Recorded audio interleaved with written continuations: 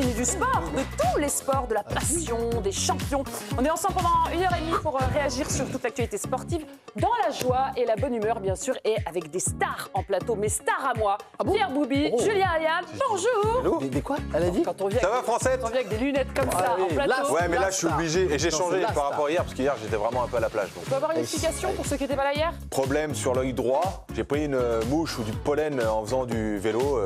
Pas très médical comme explication. oui. Bah non, mais bon, je protège les téléspectateurs de. Pour l'avoir vu en direct, vraiment, c'est mieux. Les lunettes, c'est Ça vraiment va, je suis pas borné non plus, on se détend. L'œil est vilain. Il est mieux qu'hier. À Pascal Obispo qui sera dans l'équipe de Greg tout à l'heure, peut-être. Je sais pas si c'est un compliment. Je sais pas, mais il y a un truc, il y a des lunettes. Je suis tombé pour elle. Ah oui.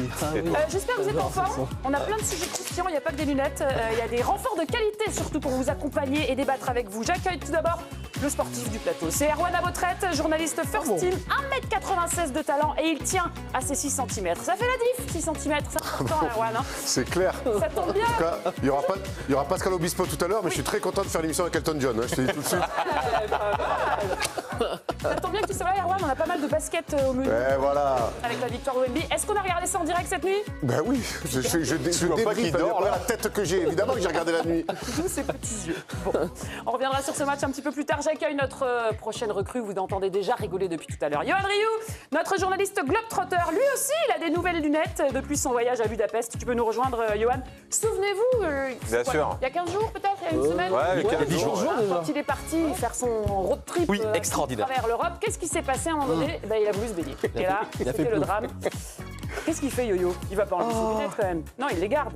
Mais par contre, Le drame. plongé. Ouais, Et là, c'est le drame. Et j'étais vraiment pas bien parce que je vois pas à 2 mètres, tu me taupes.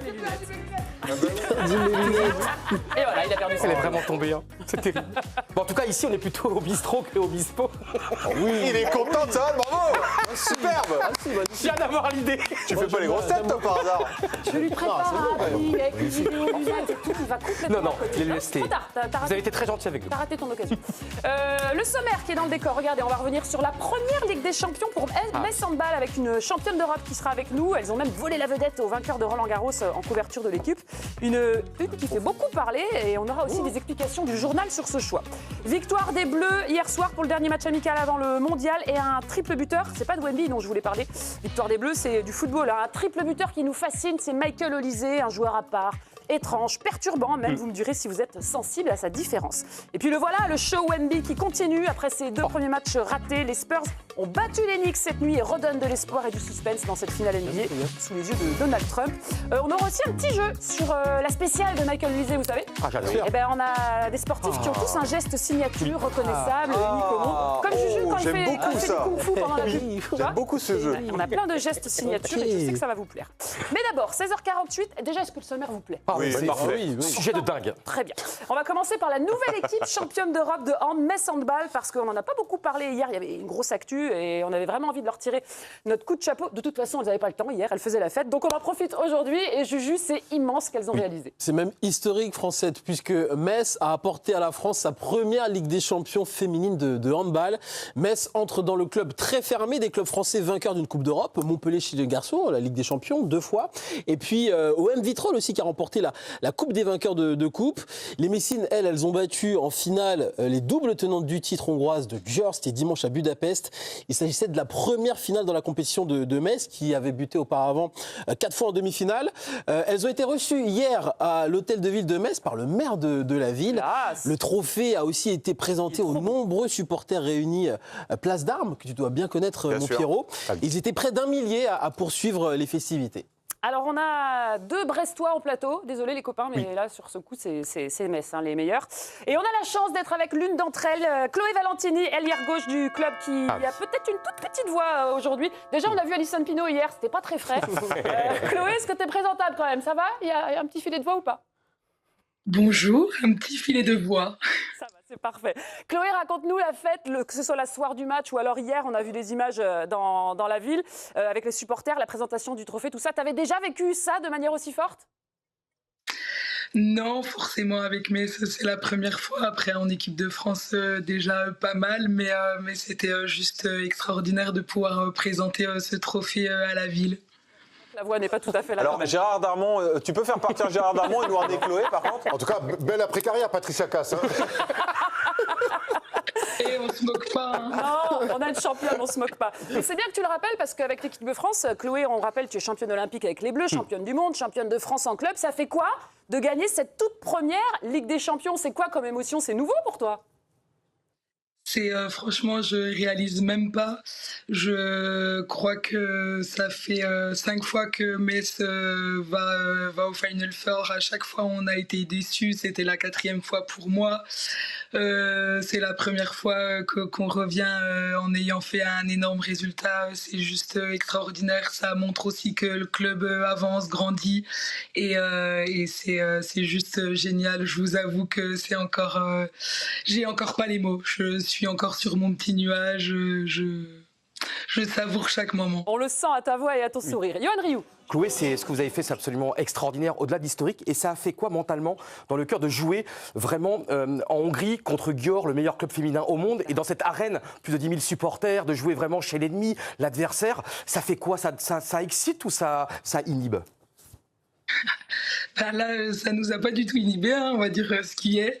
C'était franchement un de mes plus beaux matchs de ma carrière. C'était juste fabuleux. C'est une magnifique salle, c'est un week-end de dingue. Et franchement, toute l'équipe a répondu présente ce week-end. Je pense aussi au staff, à tout le club qui travaille depuis des années pour qu'on avance. Chaque détail cette année a vraiment fait la différence et je suis hyper heureuse qu'on ramène ce trophée à Metz. Chloé, déjà félicitations. Moi j'ai une question par rapport à l'effectif. Est-ce que ce qui a fait votre force, c'est vraiment justement d'être un effectif de copines, de bande, et c'est ce qui a fait la différence sur ce match-là?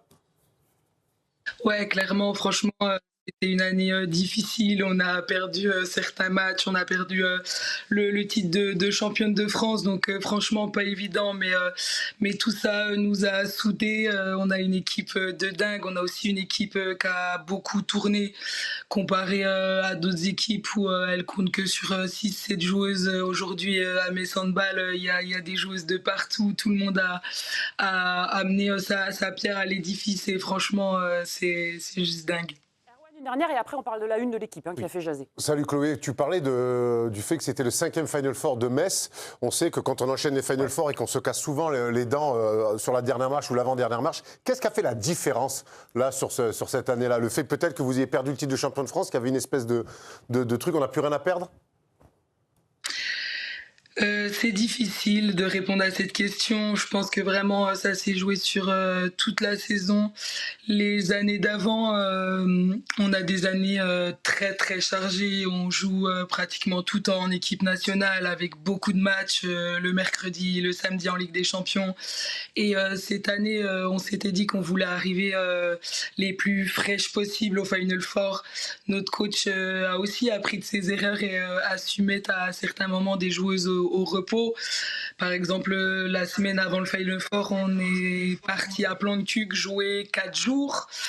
Et on a été 5 filles au repos, donc pas de déplacement, donc forcément beaucoup plus fraîche aussi physiquement pour ce Final Four. On rappelle tout ça après une pause bébé, Chloé qui est maman depuis moins d'1 an. Juste, Chloé, j'espère que tu as encadré la une de l'équipe parce que c'est quand même historique. On va la revoir, c'était hier, lendemain de Roland-Garros. Ça fait plus de 20 ans que le journal L'équipe met en couverture le vainqueur du tournoi parisien, mais pas cette année. Cette année, c'était pour vous. C'est un détail ou c'est vraiment une belle reconnaissance pour vous, les joueuses? Je vous avoue que je fais pas trop attention à tout ça, mais faut le dire, c'est cool aussi de mettre du sport féminin en avant et qu'on passe avant Roland-Garros, ça fait un petit chaud au cœur. Eh ben c'est parfait. Ça y est, il n'y a plus de voix. Là, il faut raccrocher. Merci beaucoup, Chloé, d'avoir été avec nous. Merci. Championne d'Europe avec Metz. Bravo pour cette première Ligue des Champions qui en appellera d'autres, on l'espère. Bonnes vacances, repos mérité maintenant. C'est bon? Merci beaucoup. Merci. Elle est au bout de sa vie. Merci, Chloé. Merci.